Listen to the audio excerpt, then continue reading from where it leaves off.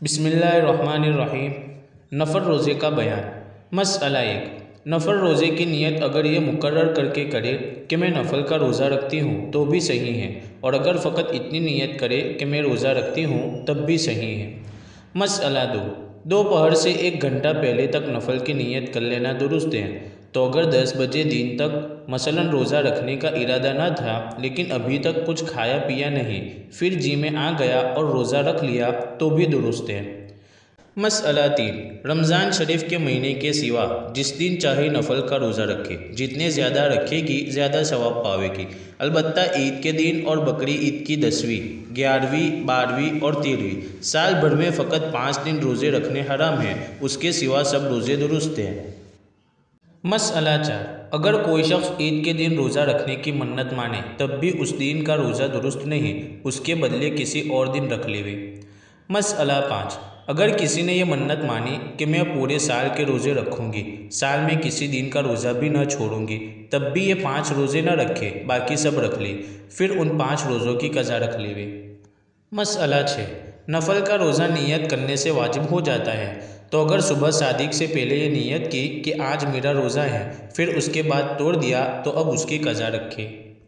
मसअला 7। किसी ने रात को इरादा किया कि मैं कल रोज़ा रखूँगी, लेकिन फिर सुबह सादिक होने से पहले इरादा बदल गया और रोज़ा नहीं रखा तो कज़ा वाजिब नहीं।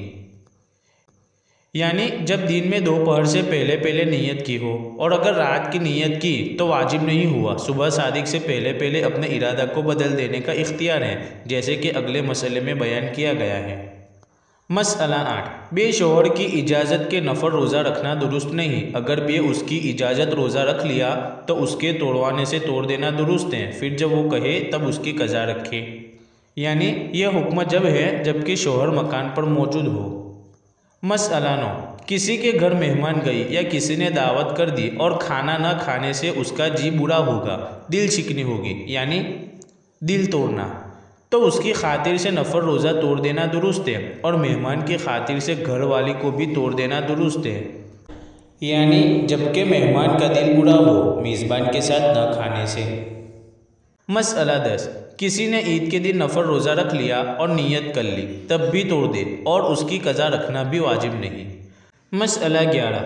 मुहर्रम की 10वीं तारीख़ में रोज़ा रखना मुस्तहब है। हदीस शरीफ में आया है कि जो कोई ये रोज़ा रखे उसके गुज़रे हुए 1 साल के गुनाह माफ़ हो जाते हैं, और उसके साथ 9वीं या 11वीं तारीख़ का रोज़ा रखना भी मुस्तहब है, सिर्फ 10वीं को रोज़ा रखना मकरूह है।